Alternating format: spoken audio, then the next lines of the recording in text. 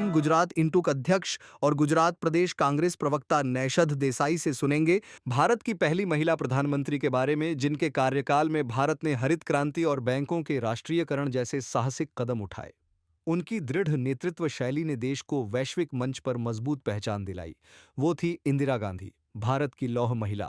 नमस्कार। आज हम भारत की महिला प्रधानमंत्री स्वर्गीय श्रीमती प्रियदर्शिनी इंदिरा गांधी जी, अचानक लाल बहादुर शास्त्री जी का देहांत हुआ और इंदिरा जी प्रधानमंत्री बनी। वो युवा थी और वैसे तो भारत के पहले युवा प्रधानमंत्री भी आप उन्हें कह सकते हैं। महिला तो पहले प्रधानमंत्री है ही। उन्होंने जब वो प्रधानमंत्री बने तो उन्होंने सोशलिज्म, समाजवाद यानी कि गरीबी हटाने का एक संकल्प किया था और उस संकल्प के जरिए उन्होंने जो आजादी के समय में देश के राजा महाराजाओं नवाबों जिनका विलय हुआ था भारत संघ में, तो उनको जो पेंशन दिया जाता था भारत सरकार की ओर से, उन्होंने वो रद्द कर दिया। भारत सरकार की तिजोरी से राजाओं का पेंशन खत्म कर दिया। इतना ही नहीं, उन्होंने वो समय पे जो बड़ी बड़ी बैंकें थी, वो बैंक में एक आम आदमी, गरीब आदमी, छोटा आदमी बैंक में जाना बहुत मुश्किल, असंभव। उन्होंने सारी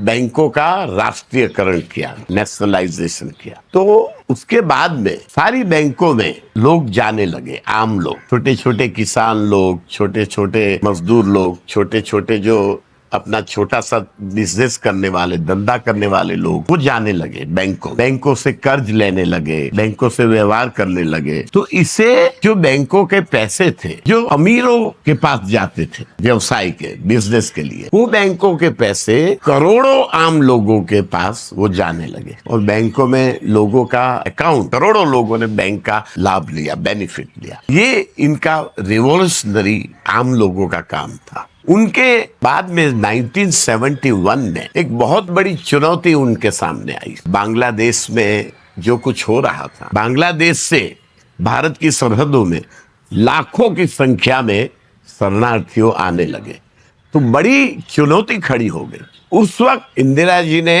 इतनी परिपक्वता से और इतनी, उसे आयरन लेडी कहा गया, से उसी वक्त 1971 में दुनिया ने उसको आयरन लेडी का उपनाम दिया। उस समय में आज का बांग्लादेश पूर्व पाकिस्तान, तो पाकिस्तान के साथ युद्ध शुरू हो गया। तो यूएस के जो राष्ट्रपति प्रेसिडेंट निक्सन जी थे, उन्होंने इंदिरा जी को बहुत बुरी तरह से व्यवहार करके धमकाया, लेकिन वो इतनी मक्कम और अड़ग रहे हो, जिन्होंने उन्होंने लिखा था कि वो समय में ये एशियन कैट, इंदिरा जी को एशियन कैट कहा, बोला मेरे को चीट कर गई थी वो, ऐसा उन्होंने उसकी किताब में लिखा। मतलब यूएस के प्रेसिडेंट को ऐसा कहना पड़ा, तो मतलब वो उनकी राजनीतिक सक्षमता थी, शासक की जो सक्षमता होती है, रूलर, वो उनमें थी। तो निक्सन ने नौका काफिला भेजा था समंदर में, लेकिन इंदिरा जी ने बांग्लादेश का सर्जन किया और ये एशिया का नक्शा यानी भूगोल बदल दी। और उस वक्त में पाकिस्तान को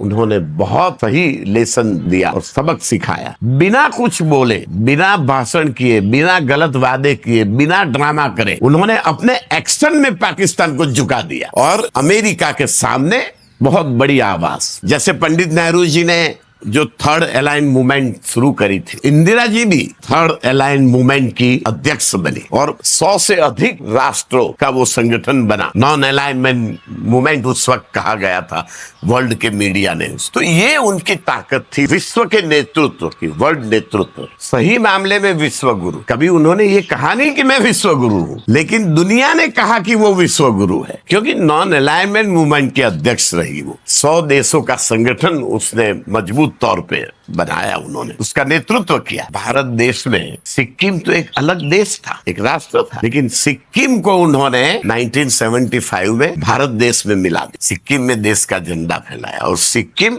देश का एक राज्य बना। तो भारत की भूगोल बदल दी उन्होंने।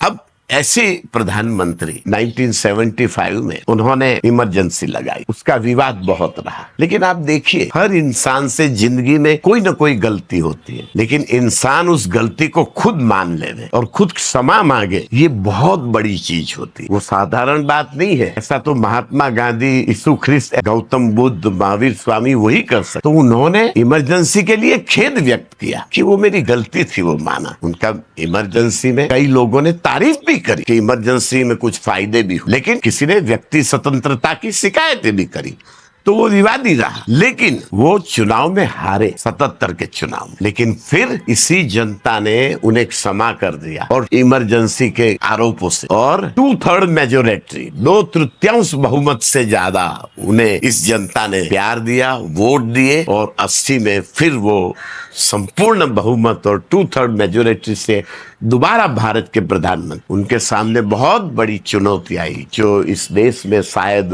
किसी शासक के सामने नहीं आई। बांग्लादेश का सर्जन हुआ तो लोकसभा में जो विपक्ष के नेता थे, माननीय अटल जी उस वक्त विपक्ष नेता थे लोकसभा में, उन्होंने 2 बात कही थी। एक तो इंदिरा जी को उन्होंने माँ दुर्गा का अवतार भी बताया, और उन्होंने भरी संसद में कहा कि पूरी संसद में एक ही मर्द है और वो प्रधानमंत्री है। तो मतलब ये उनकी सराहना उस वक्त विपक्षों ने भी की। जब यूएस प्रेसिडेंट निक्सन ने जब उनके यूएस के विदेश मंत्री किसिंजर जी को इंदिरा जी को मिलने भेजा था, मुलाकात, जब उन्होंने समझाया उनको कि भाई आप ये वॉर मत करिए, संयम रखिए, तो इंदिरा जी ने जनरल माणिक शाह, उस वक्त के भारत सेना के सेनापति को अपने यूनिफॉर्म में नाश्ते में बुलाया उनके सामने और कहा उनको कि देखिए, आप पाकिस्तान को सबक दो, वरना मैं इनको कहूंगी और ये पाकिस्तान को सबक दें। तो मतलब इस प्रकार के उन्होंने जो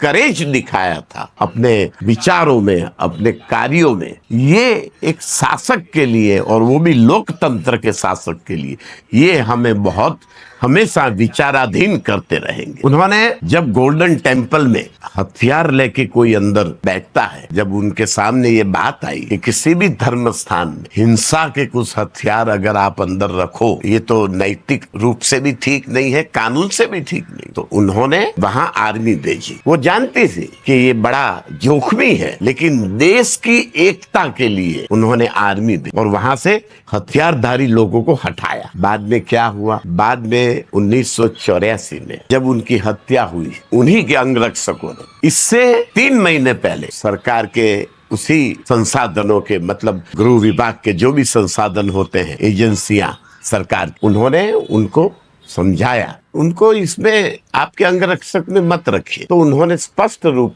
से कहा कि किसी भी संप्रदाय या किसी भी जाति पर हम कोई भेदभाव नहीं कर सकते। हमारा संविधान में हम भेदभाव कतई नहीं कर सकते। तो मैं तो ये कतई नहीं कर, उन्होंने मना कर दिया। इसके बाद एक बुरा दिन आया, उनकी हत्या हुई। लेकिन जब उनकी हत्या हुई, इससे 2 दिन पहले उड़ीसा की आम सभा में उन्होंने कहा कि मैं अगर कल जीवित ना रहूं तो मेरे लहू का एक एक कतरा पूरे भारत को एकता प्रदान करेगा और पूरे भारत को एक नया भारत बनने में बहुत मजबूती देगा। ये उनकी स्पीच थी, उसकी अंतिम पब्लिक स्पीच के 2 दिन बाद ही उनकी हत्या हो गई। वो हमें छोड़ के चली गई, पर उन्होंने 16 साल भारत का प्रधानमंत्री के रूप में जो सेवा प्रदान की, वो 1000 वर्ष तक इतिहास में एक उसका बहुत बड़ा स्मरण होगा कि ये उनको उसी वक्त John of arc, iron lady कहा गया था, उसी वक्त उनको झांसी की रानी लक्ष्मीबाई कहा गया था,